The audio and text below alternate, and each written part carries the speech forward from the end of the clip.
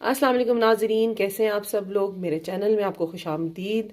अच्छा जी, आज हम बना रहे हैं देसी घी घर की मलाई से।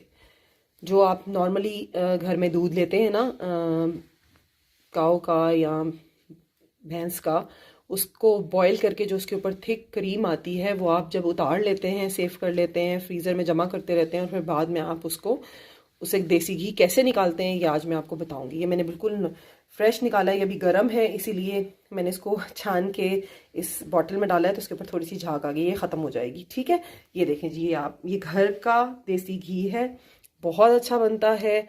अपने घर में ज़रूर ट्राई करें। और अब हम चलते हैं इंग्रेडिएंट्स की तरफ कि आगे हमने करना क्या है। इंग्रेडिएंट्स इसमें सिर्फ दो ही हैं, तो मैं आपको आगे इसका प्रोसेस बताती हूँ। नाजरीन, तो अपना प्रोसेस स्टार्ट करते हैं देसी घी बनाने का। ठीक है, ये मैंने आपको जैसे बताया कि मलाई है। इसमें मैंने क्या किया था कि क्योंकि जिस प्रोसेस से मैं बनाती हूँ उसमें ये है कि थोड़ा सा मैं इसमें 1 चमचा दही का ऐड कर देती हूँ जिस वक्त मैं मलाई को फ्रिज से निकाल के बाहर रखती हूँ, क्योंकि फ्रिज में बहुत ठंडी होती है तो हम बहुत ठंडे में इसका प्रोसेस नहीं स्टार्ट कर सकते, तो रूम टेम्परेचर पे आ जाए। तो मैंने इसको सुबह में निकाल दिया था, तो अब कब तकरीबन 7-8 घंटे हो गए। उस वक्त मैंने इसमें 1 टेबल स्पून भर के योगर्ट का डाला था। और अब ये उस प्रोसेस में स्टेज में आ गई है कि जब मैं अब इसको ब्लेंड करूंगी तो ये बहुत जल्दी बटर की शक्ल इख्तियार कर लेगा। ठीक है, तो ये घर की मलाई है, यानी ये बिल्कुल जो प्योर मिल्क आता है ना घरों में, उसके ऊपर उसको बॉईल करने के बाद जो उसके ऊपर थिक सी लेयर आती है मलाई की, उसको मैं रिमूव कर देती हूँ दूध के ऊपर से और सेव करती जाती हूँ फ्रीज़र के अंदर। ठीक है, तो अब हम स्टार्ट करते हैं अपना प्रोसेस।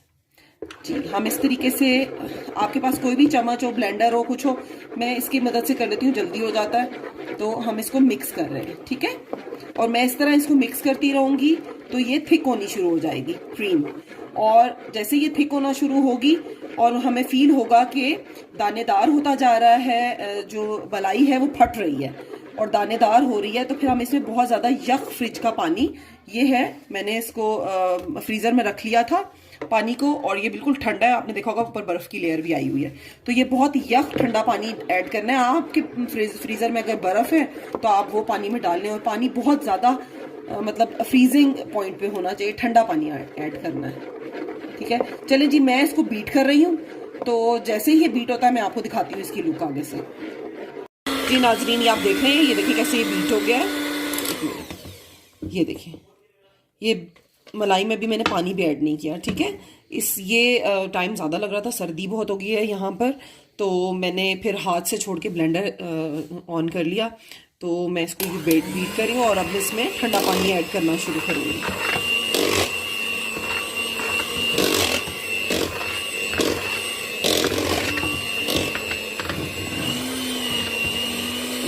थोड़ा थोड़ा इसमें ठंडा पानी ऐड करूँगी।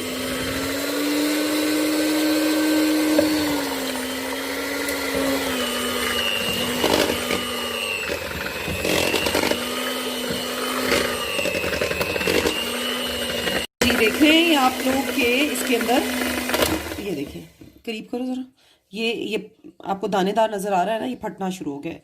अब ये वो प्रोसेस है कि बस ये तकरीबन तैयार होने के करीब है, बटर निकल रहा है। ठीक है, मैं इसको थोड़ा सा और मज़ीद बीट करूँगी ताकि ये जो है अलग हो जाए, और फिर इसमें और थोड़ा ठंडा पानी ऐड करूँगी। ये देखिए,